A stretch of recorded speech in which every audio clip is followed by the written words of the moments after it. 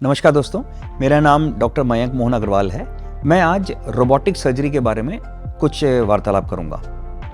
Robotic surgery को समझने से पहले हम समझते हैं सर्जरी का क्या नुकसान होते हैं। सर्जरी यानी शल्य चिकित्सा किसी भी अंग के अंदर होने वाली बीमारी, चाहे वो कैंसर है या चाहे वो कैंसर नहीं भी है, कुछ रुकावटें हैं, उनको दूर करने के लिए की जाती है। ऑपरेशन पुराने ज़माने की विधि से होना है तो उसमें एक बड़ा सा उस जगह पे चीरा लगा के उस बीमारी को दूर किया जाता था।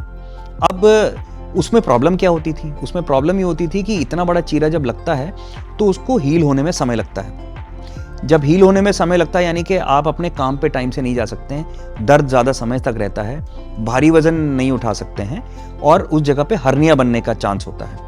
नॉट ओनली दैट, ऑपरेशन के दौरान भी जो छोटी मोटी ब्लीडिंग है उसका रिस्क ज़्यादा होता है।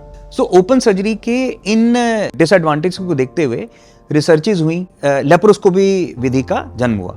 लेप्रोस्कोपी विधि क्या होती थी कि पेट के द्वारा एक छोटे से 5 से 10 मिलीमीटर के छेद के द्वारा कैमरा अंदर डाला जाए और बड़ी स्क्रीन पे मैग्नीफाइड व्यू में उसको देखा जाए, और साथ ही इंस्ट्रूमेंट्स यूज करने के लिए बजाय बड़ा चीरा लगाने के 5 से 10 mm के ही 3 या 4 और छेद बना करके उसमें पतली पतली नलियां डाली जाएं, जिसे हम पोर्ट्स कहते हैं। तो क्या क्या एडवांटेजेस हुए? पहला एडवांटेज तो ये हुआ कि ऑपरेशन आपका बहुत मैग्निफिकेशन में होने लगा, तो यानी कि आपको ज़्यादा अच्छा दिखाई दे रहा है। इंस्ट्रूमेंट्स बहुत पतले पतले हैं, यानी कि आप बहुत महीन काम भी कर सकते हैं। तीसरा है, क्योंकि वो पेट फुला करके एक प्रेशर में किया जाता है तो जो छोटी मोटी ब्लीडिंग होती रहती है ऑपरेशन में, वो ब्लीडिंग कम हो गई। चौथा है कि आपको जो चीरा है वो बहुत ही कम चीरा आने लगा, तो जब छोटा चीरा आएगा तो दर्द कम होगा और इन्फेक्शन के चांसेस भी कम रहेंगे, आप जल्दी अपने काम पर जा पाएंगे, साथ ही हर्निया के चांसेस कम रहेंगे, भारी वजन भी जल्दी उठा पाएंगे। अब आया उसके ऊपर रोबोटिक सर्जरी। रोबोटिक सर्जरी और कुछ नहीं है, एक लेप्रोस्कोपिक सर्जरी ही है, जिसमें कि जो ऑपरेशन होता है वो पतली ही इंस्ट्रूमेंट्स के द्वारा ही होता है, लेकिन वो संचालित होते हैं रोबोट के द्वारा, ना कि सर्जन के द्वारा।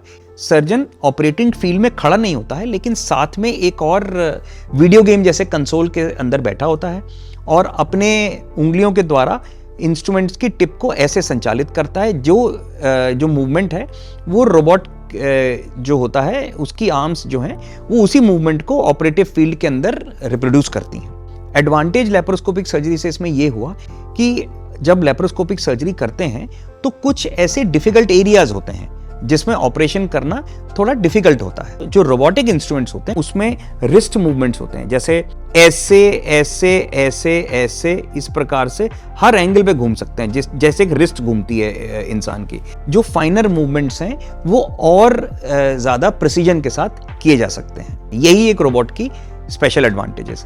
बाकी एडवांटेजेस जैसे लेप्रोस्कोपिक सर्जरी में है वही रोबोटिक सर्जरी में है, क्योंकि रोबोटिक सर्जरी और कुछ नहीं, बस रोबोटिक असिस्टेड लेप्रोस्कोपिक सर्जरी ही है। अगर किसी को ऐसी प्रॉब्लम है जिसके लिए शल्य चिकित्सा की ज़रूरत है तो आज की तारीख में ओपन सर्जरी की रिक्वायरमेंट बहुत कम हो गई है। लगभग अधिकतर ऑपरेशन लेप्रोस्कोपिक सर्जरी के द्वारा या रोबोटिक असिस्टेड लेप्रोस्कोपिक सर्जरी के द्वारा किए जा सकते हैं।